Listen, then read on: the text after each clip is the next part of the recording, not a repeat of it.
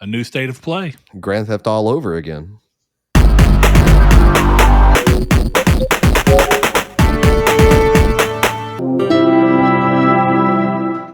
No, you don't, actually. Well, that's our nice opening into Triangle Square, the PlayStation podcast this week. I'm your host, Brett Beck, and alongside me is the dour, sour, but still here, Chris Figs. How you doing, buddy? I'm fine. How are you, Brett? I had to break flow just to go straight to you. I'm all right. I hope you get better. I love sourdough bread and I love Chris Figs. Sour doesn't mean a bad thing. That's true. All right. And then, of course, alongside me, Mr. Saul Bridges. Bring y'all lucky episode 252. I wasn't here for 251. That was had to help out a house. That was a landmark episode that you missed. I can't believe you. I'm sure it is. No. It was a good time. We got to talk about all sorts of stuff, but that's okay. This is a new episode. I have a dumb question. Sure. In measurements, the second one donates length if there's only two, right? So width and length. It depends on what you're looking at. 42 is the width, and 72 would be the length down. Yes. Okay. In that case. I'm drapery shopping over here. I mean, Nice. Do you think somebody's going to have 72? I wish I did because my windows are wide. So sure. True. I could get one curtain that's 72. Like it'd look ridiculous. It would, but I mean, you wouldn't be able to open them either. you cut them yourself. Yeah. Oh, that's okay. All right. Well, of course, a couple of things happened this week, but the primary thing that happened this week was the state of play. So we will get into talking about that soon. But first, we always start this show off the time-honored way, and that is a good check-in from all of us on what we've been playing or not playing, depending on the week and what's going on. So, Saul, I'm going to bounce over to you first. What have you been playing this week? So for the last 2 weeks, I guess, since I wasn't on last week, I'll just fill everybody in. I didn't play anything the week before last except Elden Ring. That's the same story for this week, except on Friday, I played Destiny 2. And I did a raid. You did, and I did too.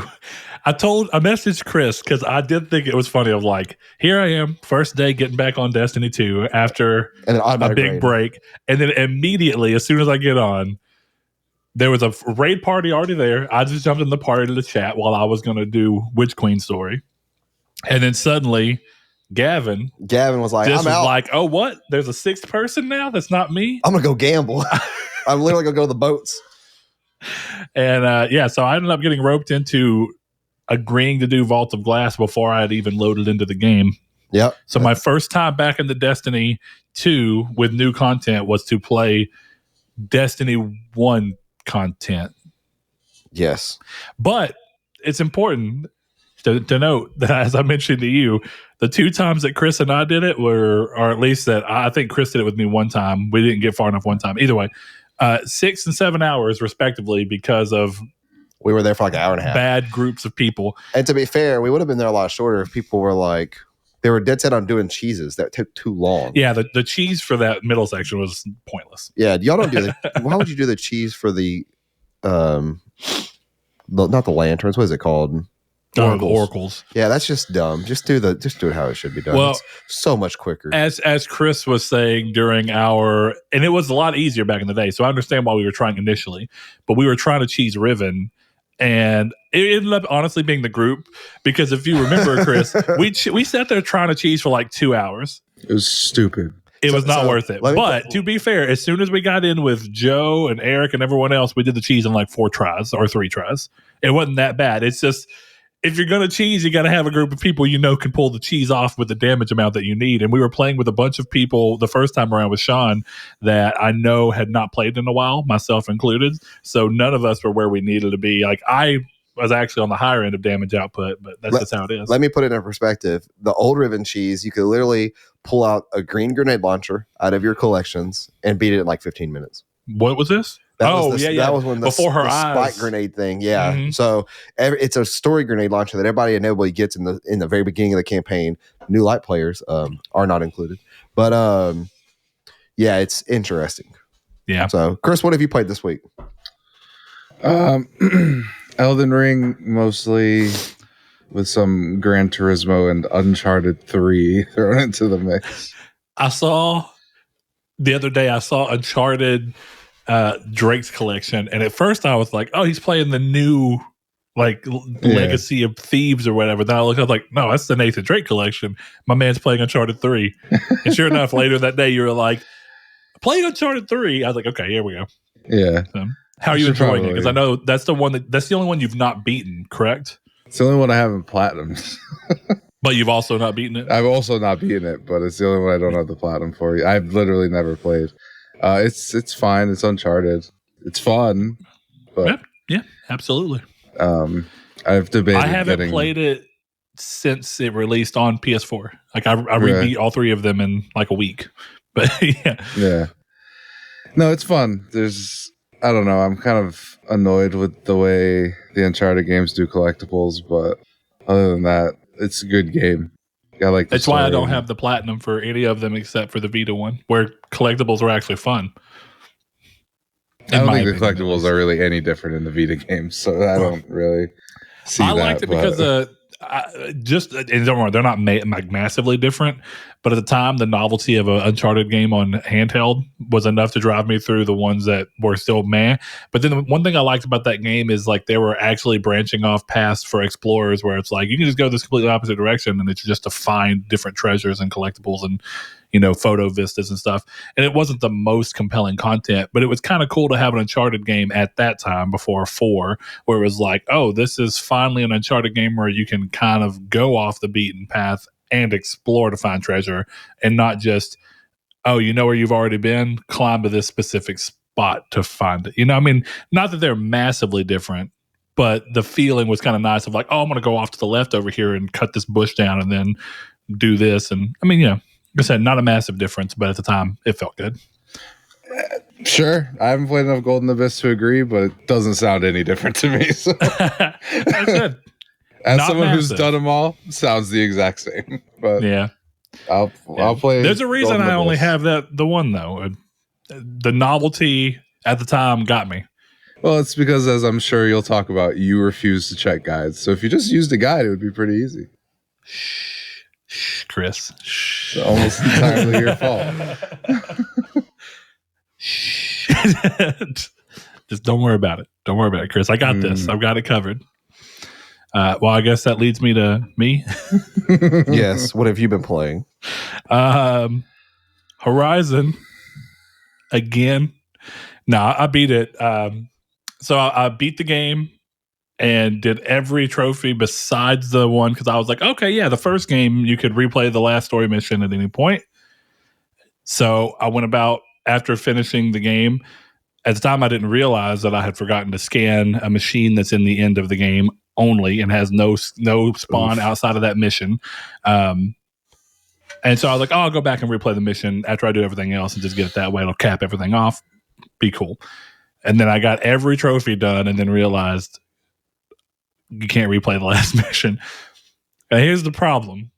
I'm not even joking. I would have just not gotten the platinum had I not already worked towards getting every other trophy I was missing. If I had beaten the game, here's the thing. To be fair, if I'd have beaten the game and then realized that I didn't have the last scan, the game keeps like 30 autosaves. I would have been able to go back and just get the thing. But instead, I'm like, I'll do everything else and then go do that. So I kind of got in this lock where I'm like, I can deal with a game being at like 60% or 70% or even 80%. But when a game's at 96% and you see that you're like, there's literally one trophy, that nags at me. So I had to speed run, replay the game. I played it on story difficulty because it doesn't affect trophies, and I could basically one hit every enemy that wasn't a boss. I skipped every cutscene that I could, which was 90% of them. And then the few that were stranglers where you had to like listen to dialogue, you just smack X and just skip through each dialogue line really quickly. And then I would choose the first dialogue option available that would continue the main story. Just bam, bam, bam, bam. 6.5 hours. I got that done. And I'm sure it could be done way quicker, but that's my annoying story of the week. Though, to be fair, the game's still fun. Even on story mode, I was like, story difficulty, I was like, this is a fun game. But much like Horizon Zero Dawn, as we've kind of had that discussion, I love the first game and I love this game. I don't want to play either of them ever again. And I didn't even have to replay Horizon Zero Dawn. But when I got that like couple hours in, I was like, this game's fine. But it's just kind of like I've been here. And then if I end up rebeating Zero Dawn, I won't want to play Forbidden West, which I'm glad I didn't. Because after playing them, I absolutely would have not wanted to. I'd have been burnt out already. The games are fun, but they don't really offer themselves up very well to leaving them and then coming back to them. So that's why I had to go ahead and rebeat it. There's no way I would have come back to this game 6 months from now and wanted to replay the entire game. Not going to happen. Just wouldn't have. So that Elden Ring, I started. I made Elden Colon, my man. You should be in our Discord to see that. Yes. Link in the description. He is a confessor. So he's got a sick class. He's got sick robes on that get to show you that you're a church assassin. Impeccable fabric simulation, material cloth simulation that the From Software games have, so that hopefully that can detract my eyes from how bad the streaming is of the grass and popping in all over the face. I also want to show you a video because it is egregious. I had a really bad example of where I was walking and then suddenly, pow! There's this grass all around me. I was like, holy crap. Like that. Yeah. So the Confessor has a miracle, or it's incantation in this game, but they can make you, it's like called assassin steps or something. Mm-hmm. So you can cast that. You don't even have to like sneak up behind enemies to backstab them when it's active. I didn't realize that. So but I'm not pretty entirely up to date or realizing how the stealth works in that game yet. So I was trying to figure that out yesterday whenever I was playing, because I've only played like a total of 5 hours, maybe. Yeah. I think right now, I'm still in the first area. I'm still in the first map piece at the very least. I'm not exactly sure how this game works out, so I'm not going to say too much. But I've crossed around an area that had a broken bridge. I've gone further than that. I showed up to these 4-armed guys who have scimitars and just helicopter arm you, and that's literally where I left off. Oof. They're puppets, right? Marionettes? They look like it, yes. Yeah, them things are rough. Yeah, they are. Yeah, those... So, but yeah, that's where I'm at right now. I was walking around. I do a lot of sneaking because I do like that there's that in this game where you can kind of walk around and hide and sneak and position yourself where you want to be. Just a forewarning. So like mini bosses or enemies that have at some point been mini bosses, stealth does not do anything to them. So like be very capable or be very wary, because Seth was trying to sneak around. They're like these, so not a visual spoiler, but they're giant shrimps. Okay. We have giant crabs and we have giant shrimps. Yeah. And no, it's funnier giant shrimps, but but you cannot sneak around them at all. It would still be a giant prawn at that point. He was trying to find out because he was naked at one point. He had a set that's specifically made for sneaking, and it's because at one point in the game they're considered a mini boss with an actual health bar. Mm-hmm. So like they cannot be snuck around by that nature. So, even the later renditions that aren't bosses. Yeah. Interesting. Because there's no, at that point, the guide he looked at said that some of the enemies have no advantage to sneaking up onto. Yeah.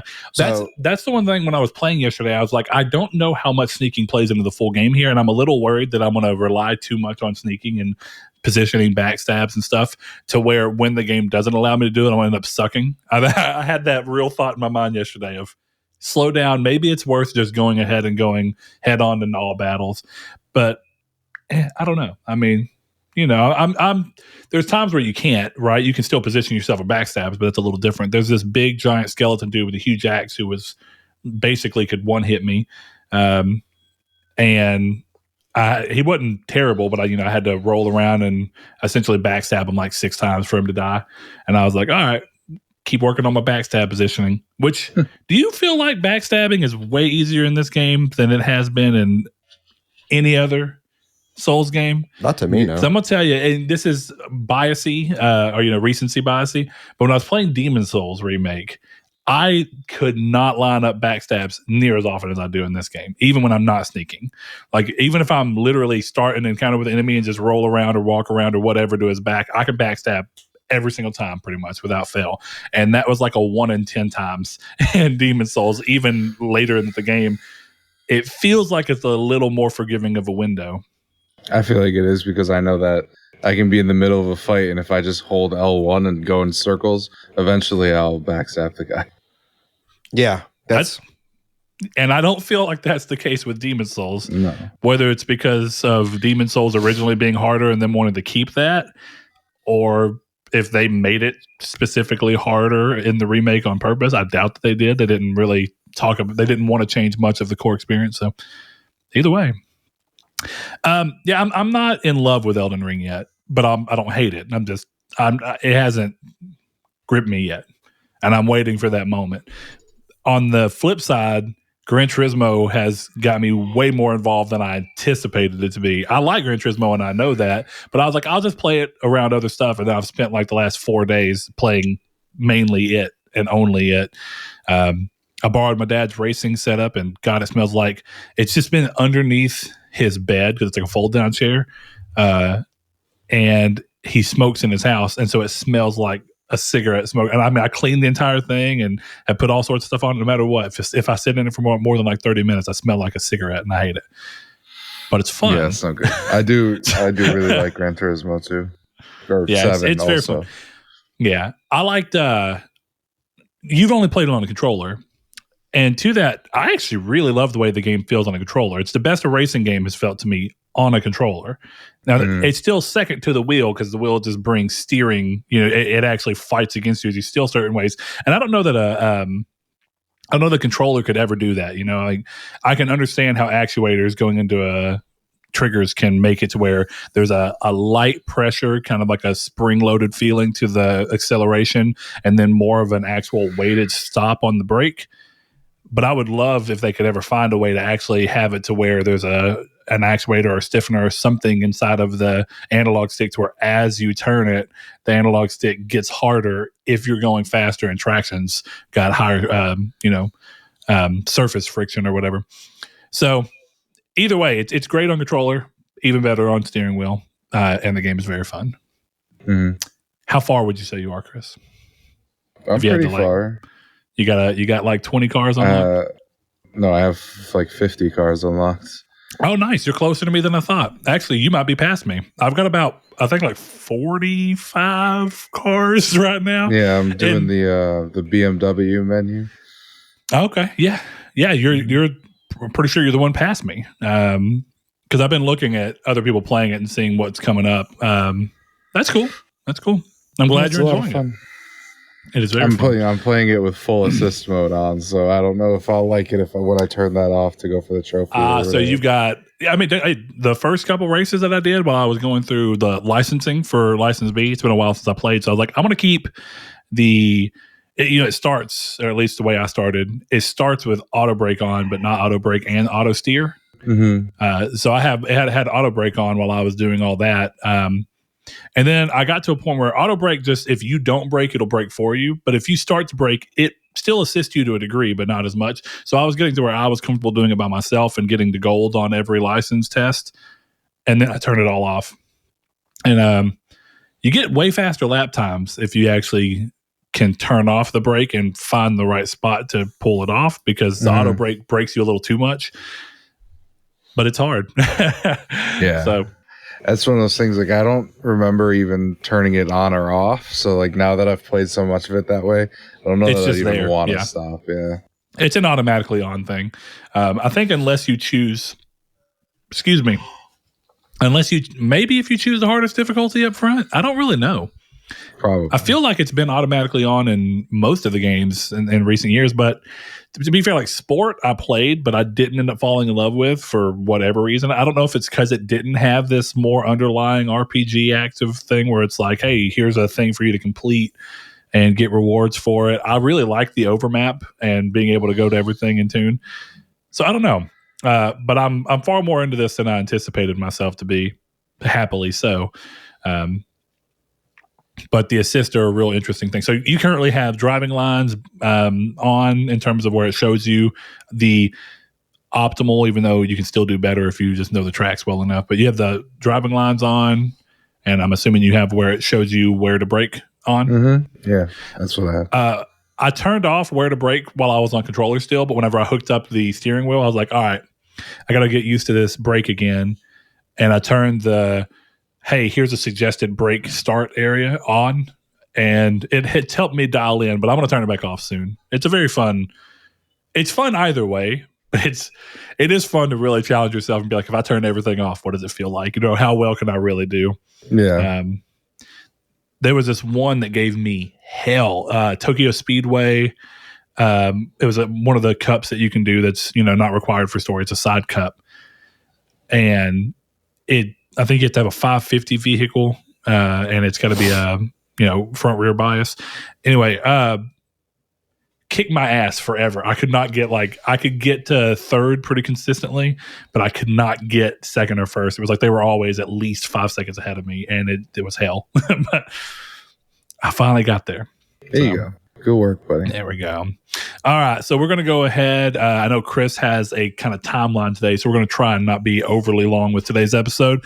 So with that in mind, we're going to go ahead and hop into, I guess, you want to do the news or community's take first? Go ahead and knock out the community's take, maybe? Sure. Okay.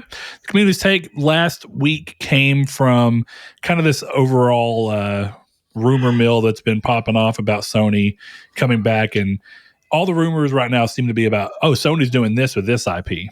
So we decided, what's the one PlayStation IP you want to come back from the grave? Can be as popular or as obscure as you'd like. And to no surprise, there are a couple of non-PlayStation IP that were answered. But I understand it's one of those old school, when you think of the game, you think of PlayStation. So it's one of those synonymous with PlayStation, even if it isn't their IP moments. So with that in mind, we have Josh Ayers, one of our longtime listeners and patrons. He says, it's a common response, but it has to be Legend of Dragoon. But that's just because I want more JRPGs. Now, Josh, do you want more JRPGs in general? Because it seems like it's JRPG season. Or do you want more JRPGs specifically from Sony first party? Let us know. Let's see. Going to grab a couple more. Jehudi MD over here on the Discord, which you can join in the description below. There's a link so that you can be part of these discussions. It says, Resistance for sure. The game has such amazing lore and story, and I'd wish they'd give us a conclusion or maybe spin-offs by other studios. I very much doubt Insomniac will work on one anytime soon with both Spider-Man 2 and Wolverine in development. Probably the case, but the real what if is, what is Insomniac's VR studio working on?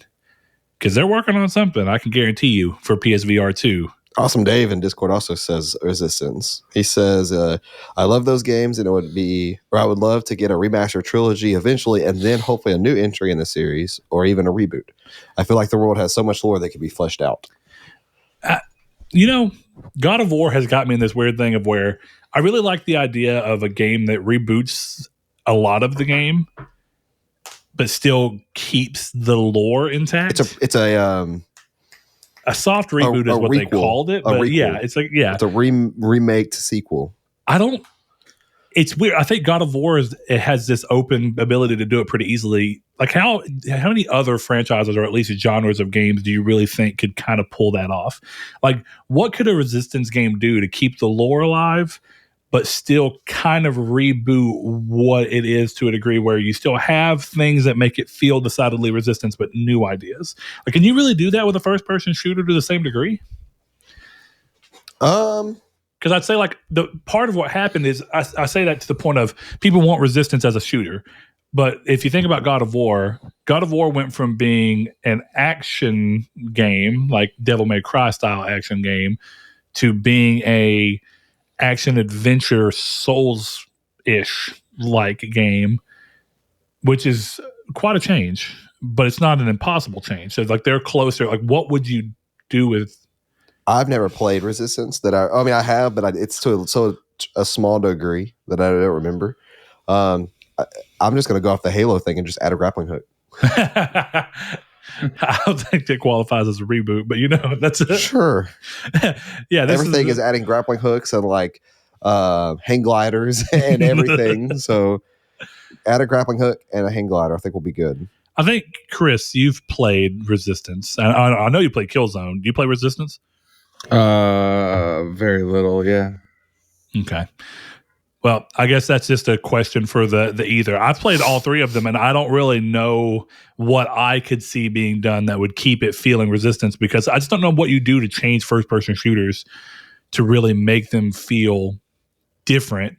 So what's the value of rebooting it if you're not going to reboot the whole story? That's kind of what's in my mind. Like, or do you do it where it's like a reboot / retell like Ratchet and Clank did, where it's like we're going to kind of retell the first story, but change things that we feel like we would have preferred to do differently in retrospect. I don't know. Yeah, that's... You know, a lot of PS3 games had this issue where the PS3 versions would suddenly change the main character. Like you saw this in Infamous, where Infamous 1 and 2 were Cold, and then Second Son, early PS4, was Delsin. And then you had Resistance 1 and 2, where you're playing as Nathan Hale, and then in 3, you're playing as Capelli. I didn't really mind the Resistance one because it was actually really well done and ended up being a good character, whereas Second Son was Delsin, who... in many ways, I loathe. I think he's a terrible character, or at least the way they write him is terrible in comparison to the other games. But it's weird that kind of happened. Anyway, let's see. With that in mind, I think I'm going to grab one more from here from the Lord Corgi, one of our newer patrons. Thanks, man. He says, I'd really like to see Jak and Daxter make a comeback. If they're actually making a movie, I can't see them not doing something with the games. Either give me a remake of all 3 games like the Spyro Reignited trilogy, or reboot the series with a reimagining of the Precursor Legacy. I think the big question here is the Precursor Legacy is a very cartoonish and goofy game that is very much of the late 90s, early 2000s. And I'm not saying that can't work today, but I don't know if Sony has seen where it would work today if they're going to do it on a bigger budget scale. If it's a reimagining of Precursor Legacy in a very budgeted form to where it's like a not very expensive game, then I'd say go for it. I think it could be a great game, but I'd be curious to see if Sony would actually want to put the money towards it. Do y'all really think we'll see a Jak and Daxter movie? No. Do I think we would?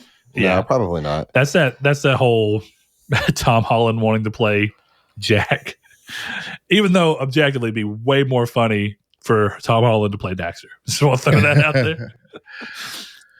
I don't think it'll happen, but we'll see. With him being quippy, would it be too much like Spider-Man at that point? And Nathan Drake? I mean, Nathan Drake is owned by Naughty Dog. So at that point, you got some similarities down. I don't know. I mean, Jak was always like the dark, brooding one, and then the whole point of Daxter was to be like the quippy, goofy one. The good cop. Yeah. Daxter's still the best game in that series. Fight me. Same. It's a great game. I don't know if I say best in the series, but probably. It's up there. It's a really great game. All right, let's head over to Facebook where we have Matt Green. He says, does it have to be PlayStation? I'd like an updated version of Action Fighter, which is apparently a Sega game, with today's graphics. Not sure if there's something similar already, though. So this is a weird thing where it doesn't have to be. I mean, we're asking about PlayStation, but one of the weird things that can happen is like when Nintendo kind of worked with Sega to help fund and bring back Panzer Dragoon. So to that end, Sega is a well of, hey, if you want to do fan service, that's probably not that expensive. Let's work with a developer to remake, reboot, or something, an old Sega franchise that hasn't been seen in a long time. So it's possible. Let's see. So Joey McPherson says The Getaway. I never played The Getaway. I haven't either. But I know people love that game. I think that was Sony London studio. Because if I remember right, or at least I think I remember hearing people be excited about Blood and Truth because of the fact that it's from the people that did The Getaway. And it was kind of like a VR Getaway-esque game, even though it's not necessarily The Getaway. Could be wrong on that, though. Anyway, he says also Armored Core. That would be cool. Yeah. The VR mode would be awesome. Or Motorstorm. I think everyone wants that to come back. I don't know about everyone, but I'll tell you, I adore Motorstorm 1 and 2. I didn't really care about Apocalypse. It just kind of, I mean, I played it, but it didn't really grip me the same way. I adore Armored Core. So, yeah, Armored Core has not been around in 2 generations. Yeah, we're going. Yeah. Because well, hold on. No, there was one on 360. PS4. Well, there was one for PS4 that was bad. I didn't even realize that. That's pretty sure. Hold on, let me correct myself. Well, we got some simple answers here. Danny, Candyman, Villalobos, Jeff Schrock, and Donovan Williams all say Sly Cooper. And yes, I agree. But Danny Candyman also says, I'm thinking of a Gundam game. Ape Escape, and he would like to see a Gravity Rush 3. And he'll keep saying it, now is the best time for All-Stars 2. Quick huddle. Do y'all agree or not about All-Stars 2? No. It cannot live up to Smash Brothers. Therefore, it'll be like the Nickelodeon thing, like where it's really cool for a month and nobody remembers it. And then it's dead for a while. Yeah, no, it'll be dead forever. Or I say dead, dead for a while, but yeah, All Stars Brawl, as far as I've heard, has got like dead servers online, which is not that surprising. I don't even think it needs to live up to Smash Brothers. It just needs to be good. First one's not true. Good. I disagree inherently, but that's okay. It's First one was like one of two games that gave me motion sickness. I mean, it depends on whether you want it to be crazily competitive. Mario Kart's broken, and everyone buys that and plays the hell out of it. How's it broken? Mario Kart? That's not broken at all. Yeah, are you playing? Hold on. Let me get a base feel of what do you when we say broken? What do we mean there? Because I'm assuming you're talking about from a balancing standpoint, correct? Yeah. Okay. Let me explain to you something about a little shell that can come, even though you're multiple things. That doesn't make the gameplay broken. That makes if you get one good thing, it turns the tide of the game. That's not one character does 0 damage with his super and one character is a one-shot kill with his super. That's completely different levels of broken. I disagree. The entire reason I don't like Mario Kart is because it's entirely non-skill based. It's just luck. Oh, that's completely false. That's not true. That is an over. I'll give you that. That is an over exaggeration. No, that's not an over exaggeration. It's wrong. I need our community to roast Brett. Hey, roast me all you want, but it's objectively the worst kart racer I've played besides the one where you're racing for death. Okay, you said objectively that is not true. Objectively, it's wrong. I don't care how much it's sold. It's a bad game. It's a little bit better than the racing in Horizon Forbidden West on machines. That was also bad. Okay, we're gonna. Oh no, 31-32. Chris doesn't exist. It's fine for me. Oh, you are frozen, and you're frozen in like your the video, most comical. You're frozen in like an online newscaster standpoint. You look like you're giving a point, and then the company behind just like cut funding. Like they were like, "Oh, quit." He can't say anymore. So I don't know what we're going to do about that, Chris. I don't even know if you can do anything about that. But so for video people, you might just see Chris froze. Oh, hey, there goes Chris. We're going to continue on this road. I'm right. Fight me. Let's go ahead. Objectively, you are entirely wrong. Subjectively, you think that Mario Kart is not good. Objectively, you're entirely wrong about everything you just said. Here we go, Chris. Here we go. It's a terrible game. If Brett picks Mario in Mario Kart and he screams when he gets hit by a blue shell, is Mario a silent protagonist? No. Sorry. Your filter's coming off. And I'm not entirely sure why. You're good now. Erosion. All right. Sorry. That is weird. I don't think I've ever touched my filter. Okay, anyways, next. I mean, Mario just isn't a silent protagonist, but Yahoo!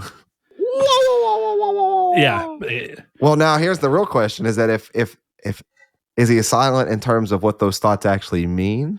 Well, he like silent says theater, more than that, though. Is the problem, right? If he, I'm kidding. Let's not. If he made only sounds, no. I'm gonna shut the conversation that I started. If you heard Leak say "Let's go," then I'm pretty sure you wouldn't call him a silent protagonist. But that's okay. But he says, "Hey, you." Yeah, he doesn't say "Hey, you." He just has a sound that sounds. But is he actually saying anything? All right, let's see. Those words have meaning. Did Brett just Twitter say is the anything? last place. No. I don't know what you just said.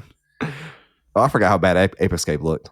Oh, dude, it's PS1, dude. I played the PSP one. There's a PS, that might even be from the PSP one. There's no way. If it is, heavy nostalgia glasses on that one for me. All right, Luke Davidson, old Luke Nukem. I'm pretty sure he recently joined our Destiny 2 clan, Crota's Bizarre Adventure. I've never seen JoJo's, but here we are. I designed a pretty cool logo for it, I think, though. But hey, that's life. So Luke, if you want to play with us, hit us up. Anyway, he says SOCOM for sure, which I think we've mirrored a lot, that people like the idea of SOCOM, and I could see it coming back. So let's see what happens. Constantly, Kenny says Ape Escape, as well as showing a little dancing gif of apes dancing with flashing lights on their head because Ape Escape. Lukey Luke says Killzone, my man after my own heart. And let's see, one... Okay, another Sly Cooper in the hat from Gabe. The last one we'll do is Sweet Gran Turismo Jones, old boy Ryan. He just shows a gif of a man looking like you already know, and I do already know. He wants the Tourist Trophy, which is a more niche off game that was made from Polyphony Digital for PS2. That is a sim racing game for motorcycles, and he wants it in the Gran Turismo 7 engine. So long running dream of his is to have a new Tourist Trophy. Maybe he'll get it one of these days. Oh, I guess the real last one. This is another one of those equate with PlayStation. Stefan Swanlund says they don't own the property, but I equate it with PlayStation, so I'll say Legacy of Kain. And I would actually love to see that come back, but I think a reboot would be in order instead of trying to continue with the lore that's there. I think it's too spread out and too broken for people to follow. It'd be better to just, hey, here we are. We're going to take this idea. If I'm going to be real, I would rather just see Soul Reaver and just start with Soul Reaver 1 and let all the Legacy of Kain stuff be backstory, and then move the story forward with that one. That's the one I care about more. But, if we got either, that's still pretty cool. All right, gentlemen, we are going to move into the news, I suppose. And the first 4 things of news are pretty quick. That don't really have much to say on them, but just put them out there. Elite Dangerous's console release will no longer be getting the new Odyssey expansion, as the developer has announced they are dropping that version in favor of focusing on the PC version released back in May of 2021, and no longer having to work on 2 separate code bases to move the game forward, which is one of the things I was worried about with Rust. And when these games come over where they try and support 2 different versions, eventually something has to drop by the wayside. Terraria on Vita and 3DS and all those others, which I get to a degree. It's like they stop being updated because it's holding the game back, and you got to do what you got to do. Unfortunate, but that's how it goes. Mm-hmm. Overwatch 2 finally looks ready to show itself with a PvP beta announced for late April that interested players can go sign up to be part of now. So I guess this is the first release outside of Diablo that's really come out of the thick of all the Blizzard allegations. So we'll see how that does. It's going to be really interesting to watch all these games just kind of flounder, Yeah, I don't know what to make of that game.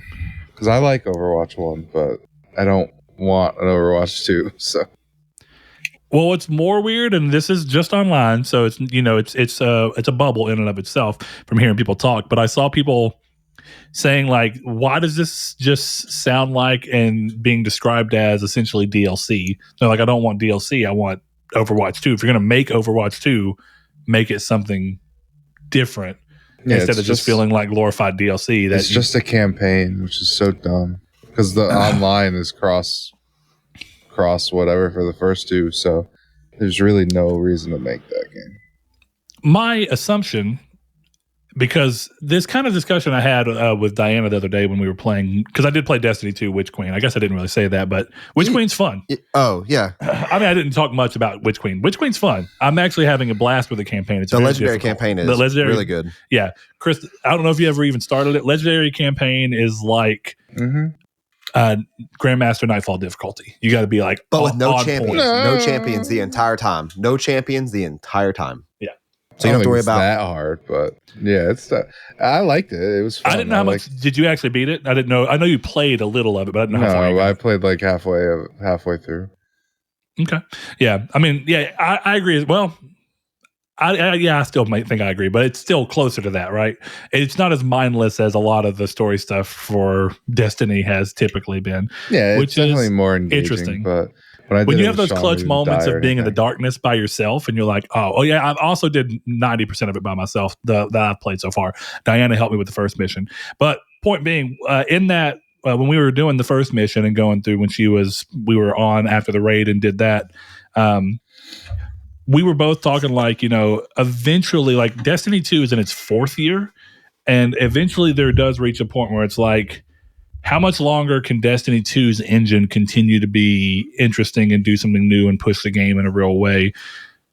Eventually, like all games, I do think a new engine can benefit. And so maybe that's what the push for Overwatch 2 is even if day one it starts a little more closely to Overwatch 1, it gives them more flexibility to continue to push the game. But I don't know to what degree you could have done that. Because, I mean, Apex sounds like, and maybe I'm wrong, and maybe I'm thinking of the wrong game, but it may have been you that even told me this. Isn't there eventually a plan to supersede Apex with another release, or am I way off? Am I thinking of another Battle Royale game?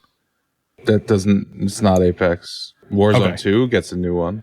Warzone, that's actually exactly what it is. Warzone is deciding to move forward despite the fact that Warzone currently is among the biggest games, if not the biggest.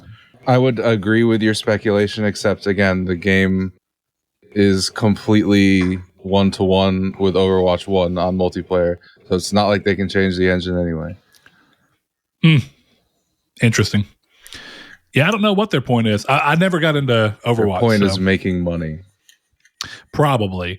But I imagine that we'll probably get a Destiny 3 eventually, because at some point it makes more sense to leave your tech baggage behind and do the things you want to do without having to worry about being constrained to Destiny 2's code base. You know what I mean? But conversely, they moved honestly too fast from Destiny 1 to Destiny 2. They could have done more in Destiny 1, I'm sure, but they were like, screw it, let's go ahead. Let's see.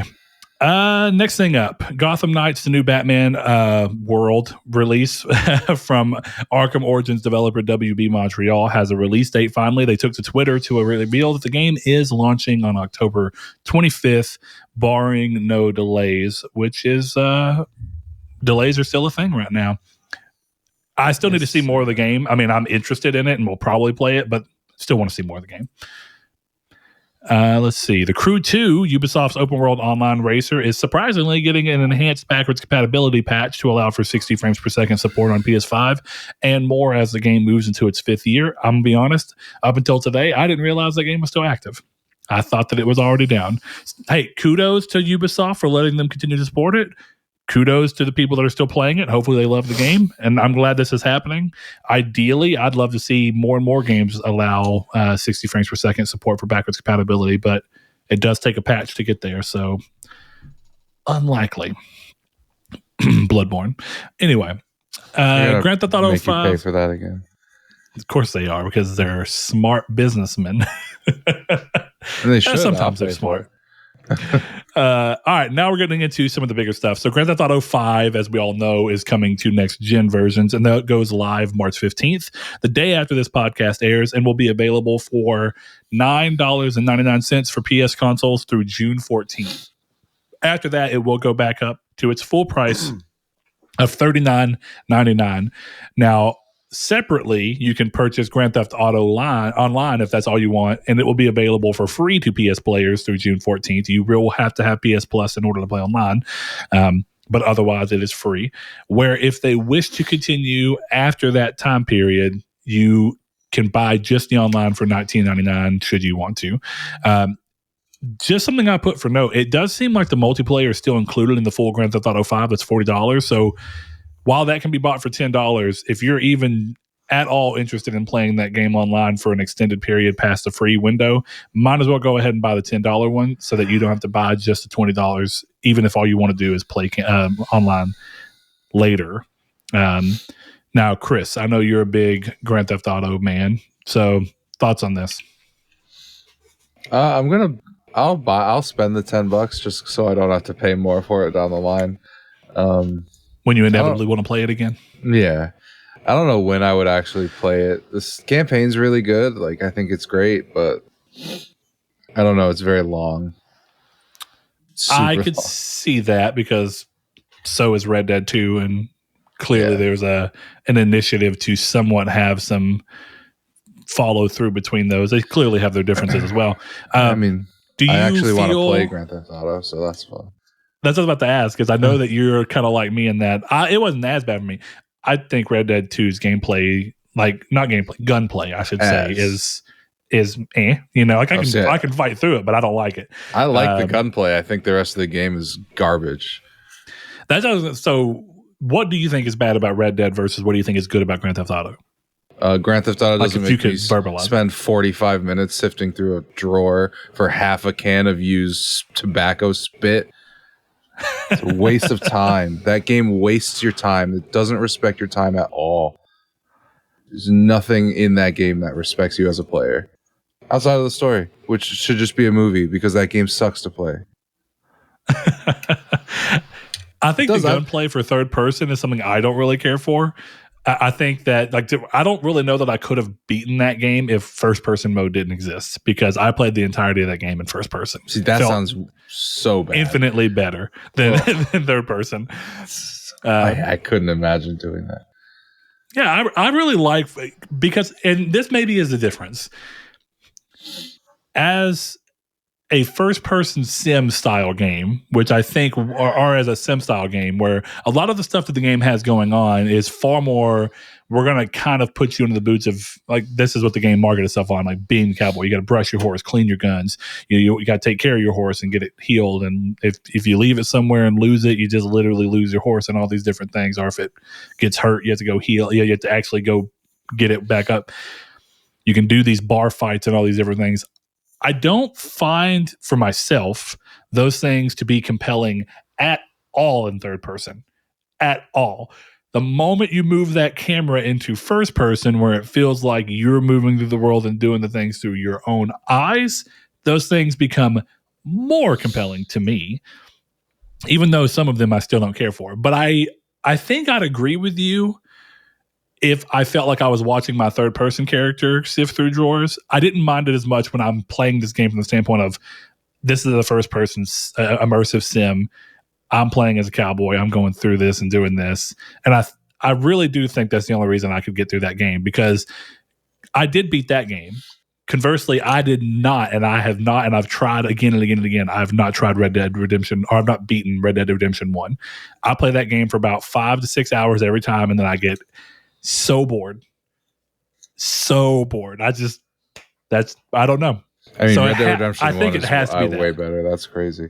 I don't know. I think all of the first person modes in Rockstar games are terrible. I would never want to play. I haven't played Grand Theft Auto, so I didn't know how well it was. It's definitely not great in Grand Theft Auto. That's unfortunate, because if I was ever going to play it, I was like, I'll do the same thing. I'll just play it in first person. I mean, if you like it in Red Dead, it's the same in Grand Theft Auto. It's just, I don't know why. I don't know. I don't get it. Like, I like seeing my character, so that's fine. I don't know. I think part of it is that there's so many third-person action adventure games already out on the market that there's more novelty behind playing it from the first-person view, where it feels like I'm playing something that's more akin to like a Skyrim or a Fallout, because I play those games in first person as well. I don't like Fallout 4. Do you play it in first or third? Because you can play either. I play Fallout 3 in third person. Oh my God, really? So this is where this is the difference. Yeah, I play every Elder Scrolls game in first person. No, because up until Skyrim, they were all terrible in third person to me. And your character animations look janky. Like, I hated in Oblivion. If you clicked out the third person, it just looked like you were sliding over the world like in Fable 2. The animations suck, but I'd just rather see my character. I spent all this time upgrading my vault suit. Why would I want to do it in first person? I mean, that's a fair point.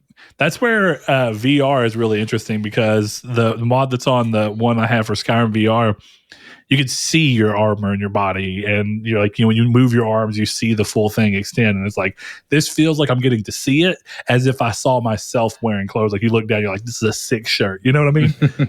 Yeah. And you just don't get that experience in first person on a controller, because you can't control how you visualize your body. But Saul, what's your thoughts on this? I like the story a lot in Grand Theft Auto 5. And do y'all think I should play it? Because I haven't yet. I think you should play it for just the story. I played like the first 4-5 missions. Like, I would say maybe 2 to 3 hours, maybe. I'd say the story really kicks off when Trevor gets involved. So if you should play the story, okay, and if you aren't hooked maybe 2 missions after you meet Trevor, then you're probably not going to enjoy it. Okay, the rest of the time. Do you think that's a fair assessment, Chris? I think in terms of story, I think if you're not enjoying it after you get a gun, it's not going to change anything later down the line. Well, see, I like the main story. Last I played was on PS3, just to give context there. I mean, literally, I played the PS3 version. I was like, I'm not feeling this. And that might have been contextual to other games and releases around the time of what was changing what I liked about certain games. I mean, like I said, I think the game is excellent. It's one of the few 10s, but I just don't. If you don't enjoy the gameplay at the beginning, I don't think the story is going to change that. At least not enough knowing you to gameplay. Finish it. I mean, story. Well, yeah, but I know him that to the point where I know that if he doesn't like the story and the gameplay, he's not going to play it. Even if he does like the story. That's my take anyway. Maybe I'm off base, but I mean, gameplay is pretty important. If I'm bored while playing the game, a story, unless it's paced impeccably, a story is not going to matter. No, it's not. Yeah. And that was kind of and it's hard to pace open world games impeccably, right? I mean, that's what I was going to say. Yeah, it's open world. One of the most annoying parts of Red Dead 2 to your thing is I actually did get to a point where even eventually, like 3/4 into the story, I'm like, even the immersive first-person sim version of the game I'm building up and playing as in my head starts to fall apart because I'm like, dude, I don't want to ride a horse. Like, why are you making me ride my horse so far and then telling me to go back the other direction so far? Stop making me do this.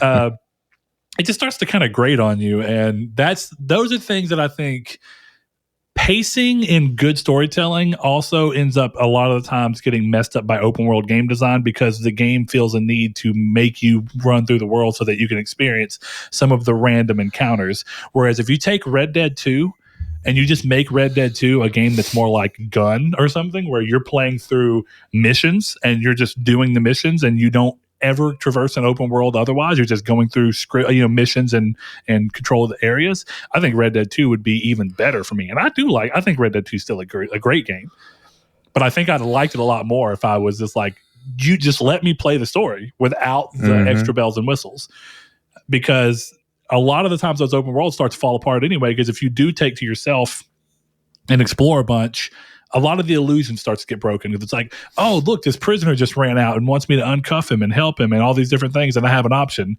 And then you play for 10 more hours and that happens 3 more times. And you're like, yeah, in a normal series of events, I'm not going to see 3 prisoners escape and have to help them.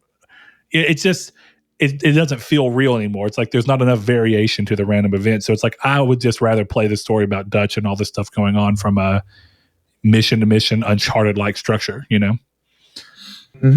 understand. But we'll see. I might end up playing. I mean, if you're buying it, I have no reason not to at least attempt it. I mean, like right now, I know that I could play the game because you own it. Yeah. But if I'm gonna play it, I might as well play the next gen version that hopefully looks and feels better. Because the PS4 version is not 60 frames per second, right? I don't think so, but I'm not entirely sure. All right, well, we'll see. Is there anything else that y'all want to add about this game in particular? That's nothing crazy. GTA Online, I guess we haven't talked about. That's okay. We don't need to talk about that. Yeah, I think the interesting part about this is it's $10 more on Xbox for the upgrade fee. Yeah, for the first 3 months. Mm-hmm. I mean, yeah, same window. It's $20 on Xbox versus 10 on PlayStation, which is cool. Or maybe not cool, but it's interesting anyway. It is interesting. I mean, it's not the most surprising thing in the world, but it is hard to think of another release off the top of my head that was releasing on 2 consoles at the same time, and yet just due to what, I mean, clearly is a marketing agreement between PlayStation and Rockstar, equates to Sony letting it be free for the online and cheaper for the story. Like, literally across the board, it's $10 less on PlayStation. To play online right now, it's free, whereas Xbox, no, it's $20, I guess, for the online, because I think the online on Xbox is still $20. Either way, it's very odd. I mean, do you think it's something we'll see more as there starts to be less and less publishers on the out there? Do you think PlayStation's things is to just be like, hey, we're going to pay you extra money for you to either release early on ours or release with a better value proposition on ours? Is that like the goal, since Activision seemingly is going to be gone? Yeah, probably, but I don't know. I think at a certain point you start losing so many third-party partners that eventually the ones you were already partnering with are like, oh no, Sony signed this exclusive game. You know what I mean? Yeah. Well, let me say, do either of y'all find this to be an issue? Like this particular situation of the price difference? Do y'all find this to be an issue, or are y'all okay with it, but still think it's an issue? Are you mad about it? Are you happy about it? I'm happy about it because I'm happy because I'm paying $10 less. Yeah, for something you knew you would have already bought. Yeah, I mean, I would have bought it for $60, so it doesn't bother me. Yeah, I would buy it for $60 again, probably, just to play it again. I don't know if I'm gonna play it anytime soon, but yeah, eventually I will play it again. Well, let me flip over. how upset, let's do that. How upset or indifferent would you be if you were on the Xbox side of this coin, or if it was reversed and Xbox got it for cheaper and online for free?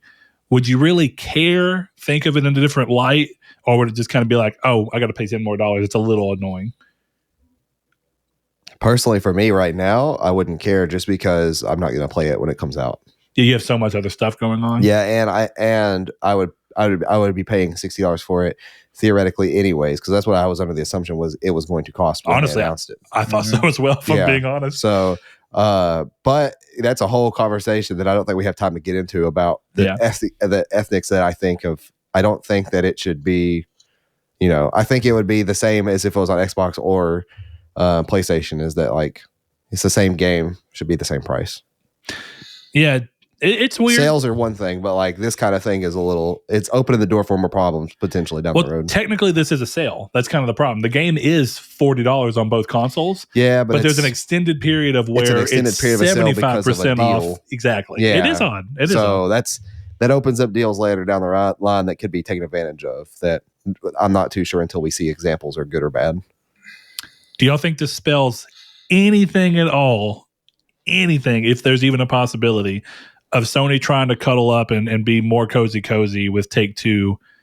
Well, they've been doing that for GTA Online for a long time. For sure. So, yeah. But I guess, do y'all think there's any hint of find a way to become more involved, either financially through ownership or through minority stakes, or however they can get in there to be involved with this? Is like, if we lose, because this has been a thing for a long time, if we lose Elder Scrolls and Fallout, can we combat that with Grand Theft Auto and Red Dead? That not necessarily us. We've not necessarily said that, but I've seen that a lot online, which is still a little bubble in an eco, a little ecosphere. But do y'all think any of that matters, or even that those two games can really compete at that level? Or do you think they're inherently too different of games to even really matter? They're both juggernauts in their own right, but do they really make up for each other?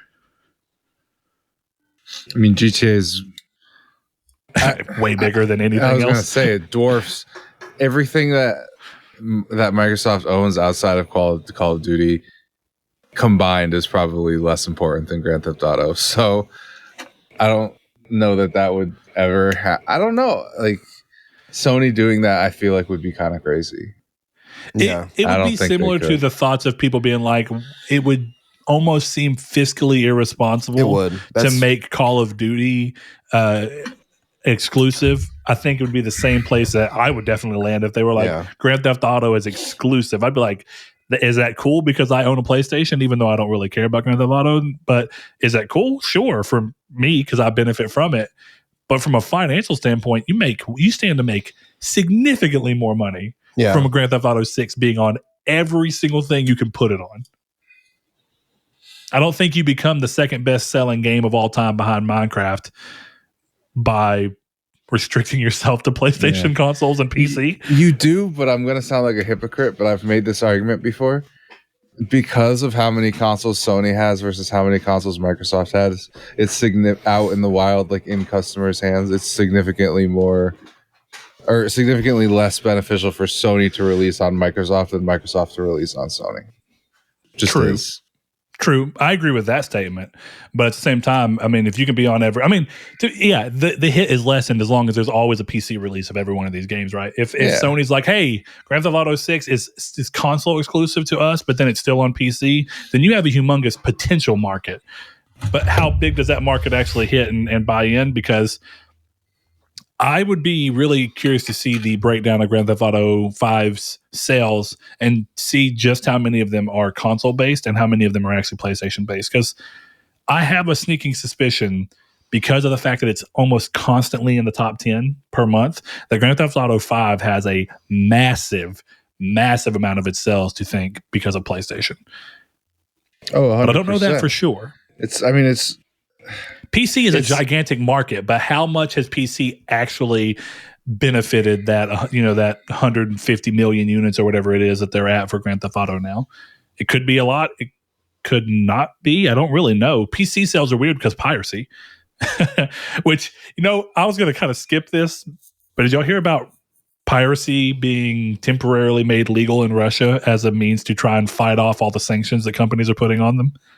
Seems fair. It's weird, but that apparently included to the articles I've seen, and that includes games.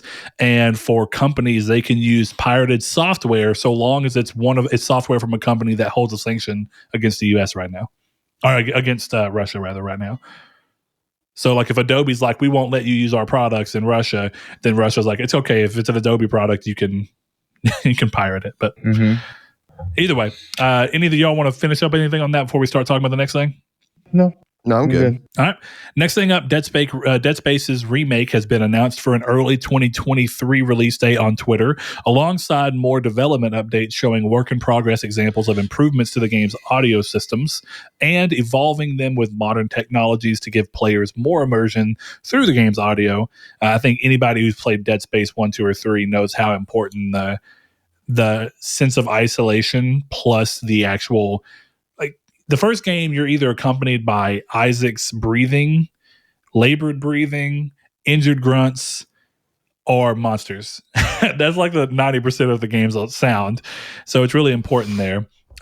If you have any interest in that at all, I suggest to go check out some of these. I've only gotten to watch one of them, but the Alive system, as they're calling it, has like adjustments being made to the breathing systems where your breath seamlessly changes based on the level of fatigue you have, the level of injury you have, whereas the original game would you'd have a single breathing track that would never stop, and then if you were hit or if you were running and fatigued, it would just play sounds on top of the normal breathing, which still sounded great at the time. But this one's going to be, you'll hear the breathing slowly quickening in pace and then suddenly sounding more laborious and going through.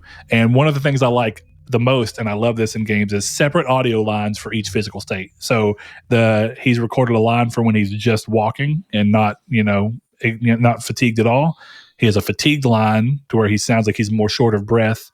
And then he has a line to where if you've recently come out of a fight and you haven't healed, you're injured, and he sounds like he's talking being hurt. And that's a huge deal when I hate in a game when your character gets like messed up and then you limp for 20 seconds in your character, and then suddenly your animation goes straight and you can run full blast again. I'm like, I don't buy that you're hurt at all now. This is a cool idea. Yeah, I'm into it.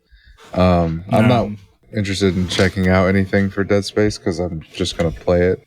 It is the best survival horror game I've ever played. So, yeah, I'm going to give that to Dead Space 2 with a close follow of Dead Space 1. They're great games.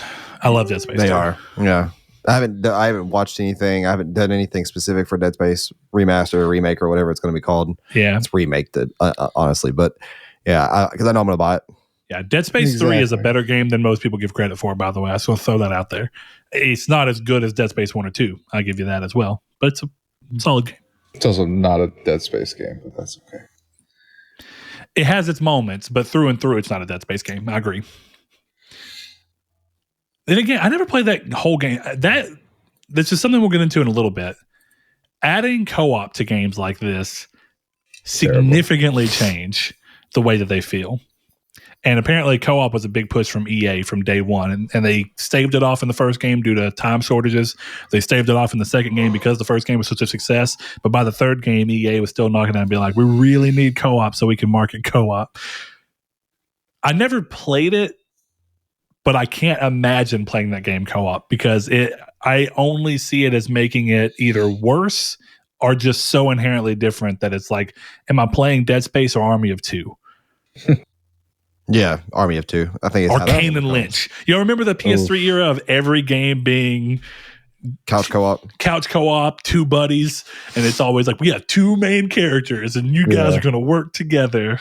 I honestly wonder if that's what killed couch co-op gaming in that regard. Because too many games did it. It got so repetitive so quickly that people didn't want to see it anymore. Probably. But it's interesting because if you take a breath and you come back and do it, I think one of my, I don't say favorite because there's plenty of great games, but a really fun gaming experience last gen, and Chris experienced it recently. I thought A Way Out. A Way Out is excellent. Yeah. It's really fun, and it shows you that you can do two people co-op games if you don't just beat the hell out of them, So Anyway, yeah, that looks great. Early 2023 is about where I expected when they first announced it. So that's in line with Yeah, my people hopes keep are. saying it got delayed. I'm like, did they ever put a date on it? Like, Never. And the day one, they were like, this is early development. We've been doing this for a few months now.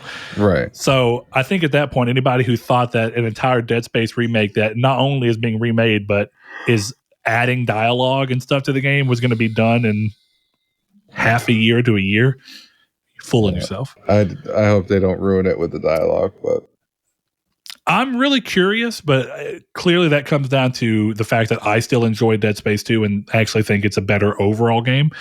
You seem to not agree with that, which is fine, but is it because of the fact that there's dialogue to cut some of the tension? Is that the way that you view that? Or is that your worry for dialogue being added in the first game? no, it's just it wasn't in the first game. So like, what are you adding?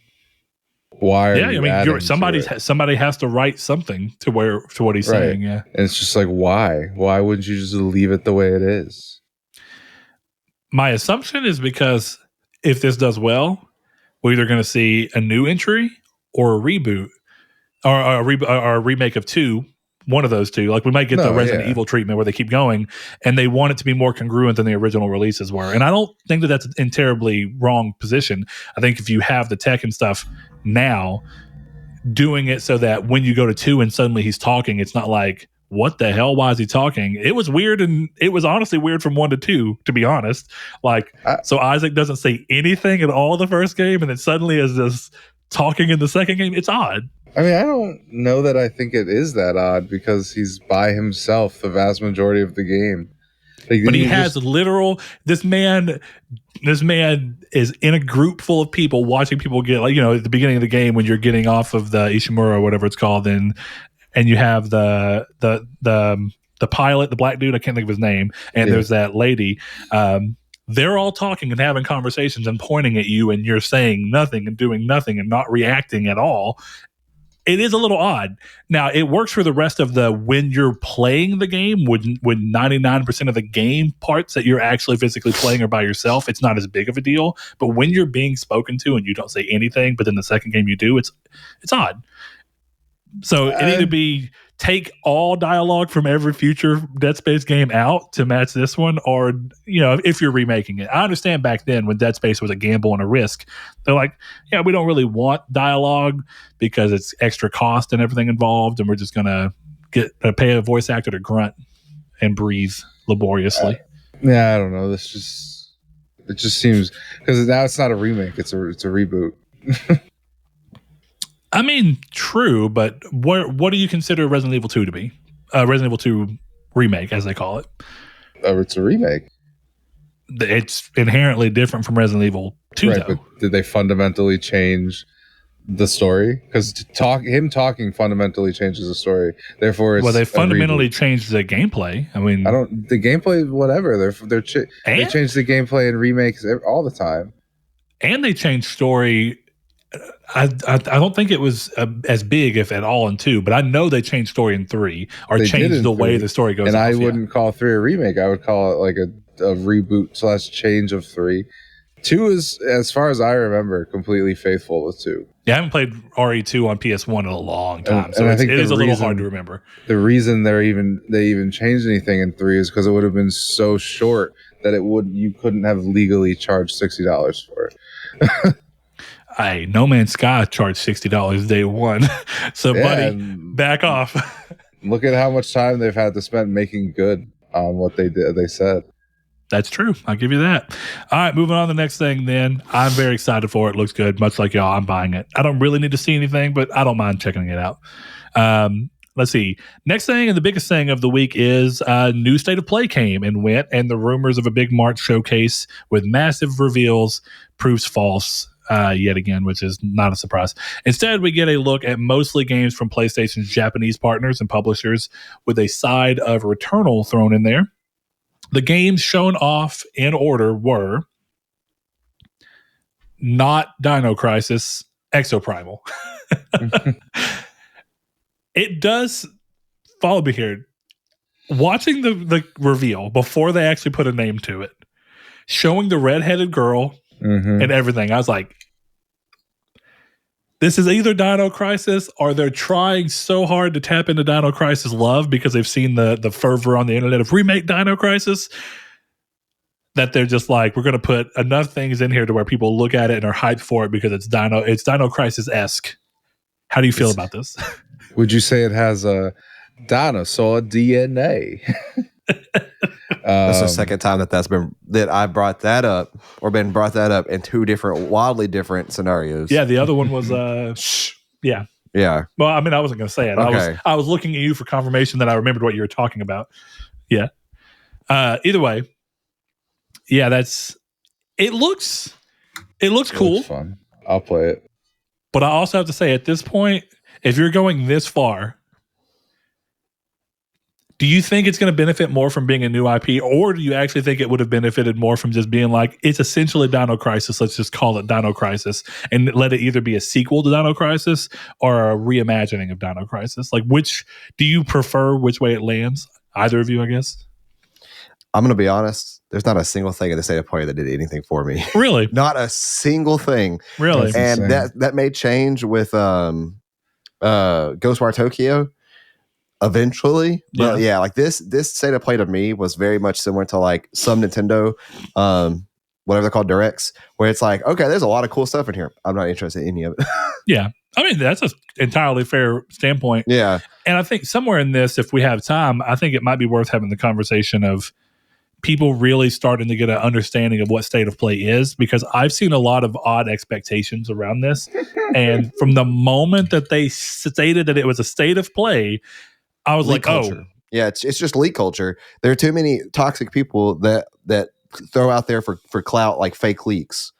And like saying, oh, Bloodborne's going to get announced here with certainty, so that when these people gain enough clout, when they're right on a couple of guesses, and then people's expectations become wildly out of control due to the nature of what they're saying and what they're giving these people for their expectations. It's awful. It's weird to me that someone would think that Sony would suddenly change what state of play has been since day one.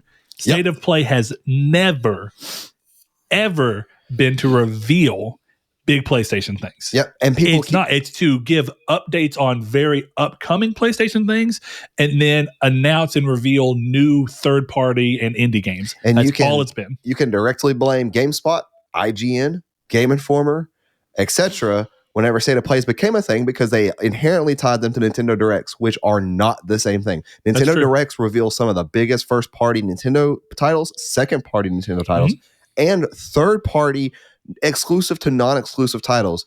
This is not the same thing. Yeah. And yet people constantly compare them, and you can't compare them. You're right, because Directs existed beforehand, because Directs were like Nintendo's answer to E3, and then they just kept doing them. Yeah. And I think Directs are far more broad. They are. There can be a Direct that is a state of play level. That's why people there can be ones that are like, oh, this is all everything that Nintendo has. That's why people think that Silksong 100% will be announced and revealed in a Direct. Yeah. Not like E3 or not like a developer's note. Yeah.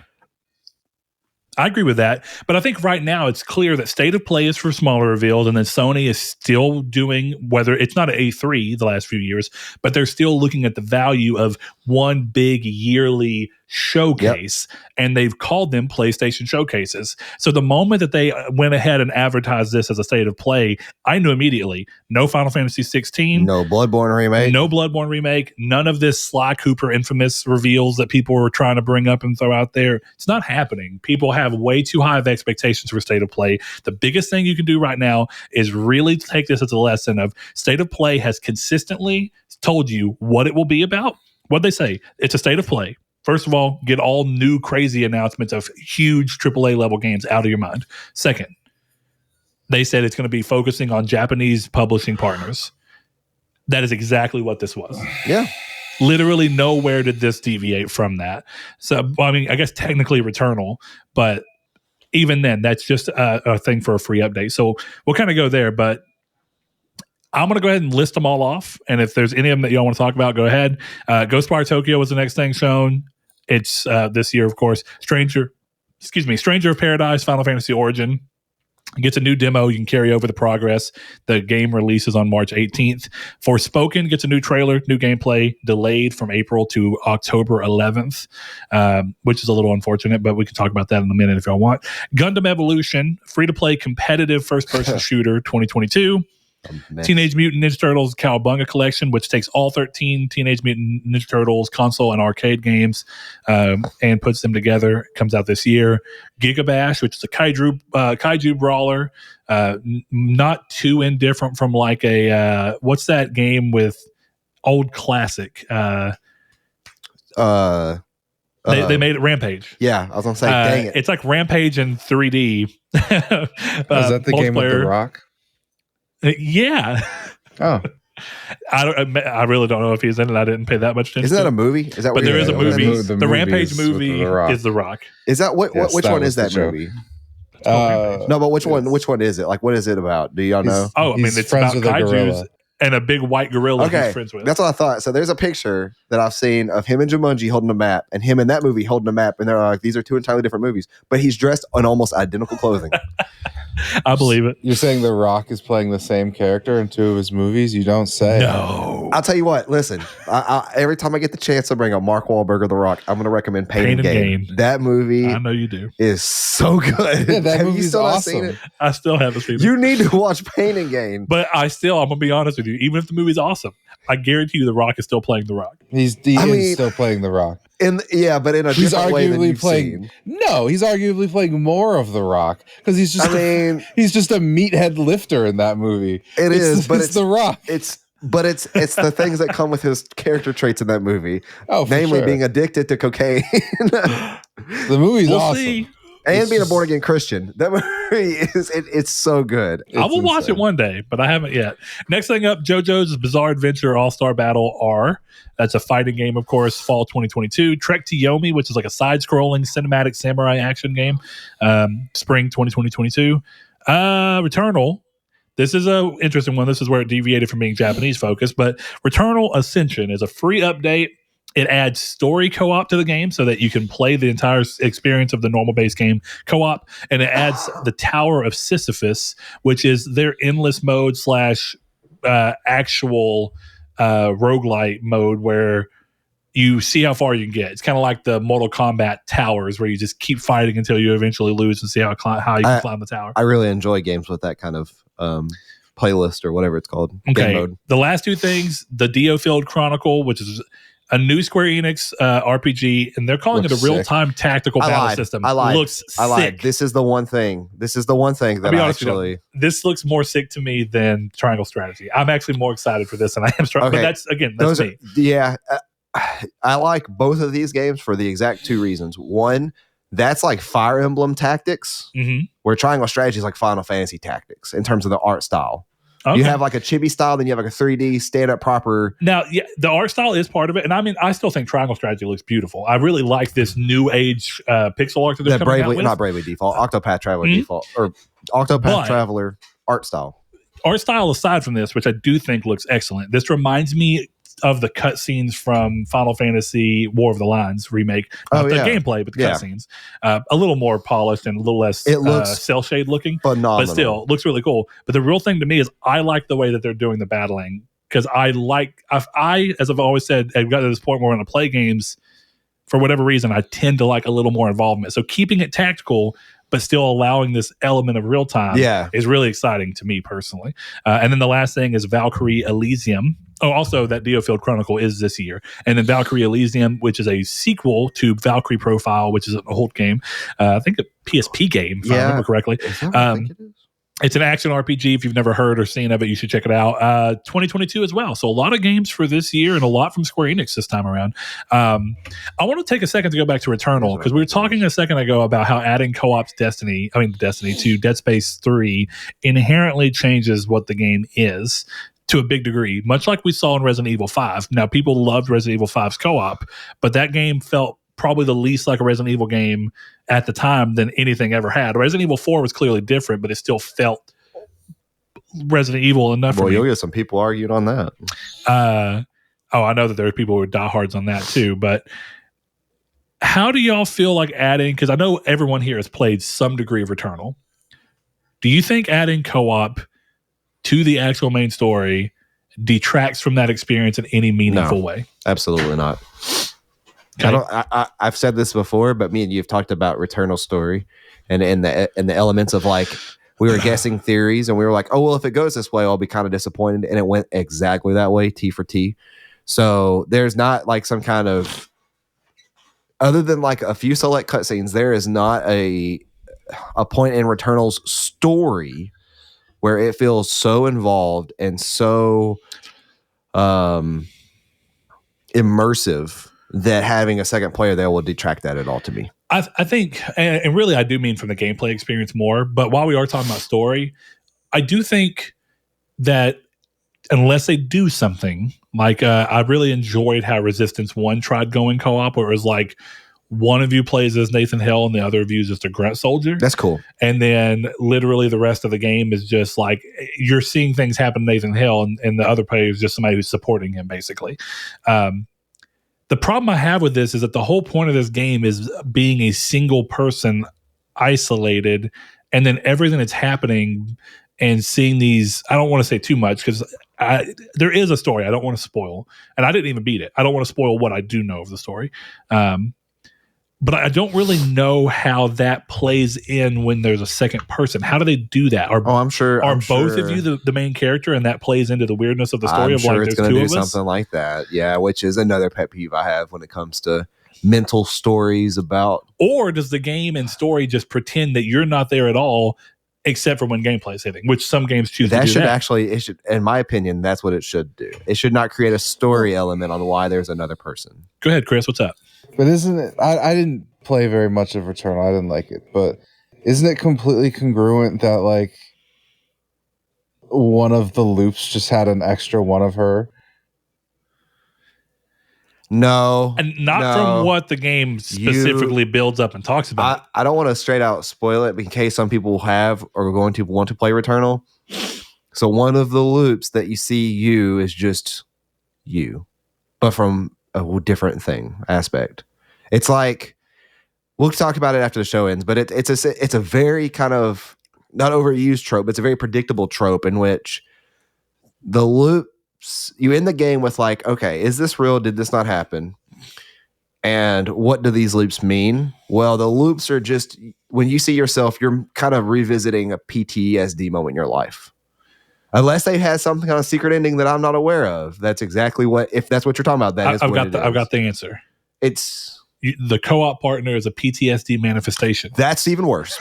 That actually plays into the trope that I know. I knew exactly what you meant a second ago. Yeah, I know. I don't know. It's weird because I think it makes the game far more accessible to people who thought it was too hard to do on their own. And but that's really, no summons in Returnal. But it's one of those things where at the same time, I have a hard time.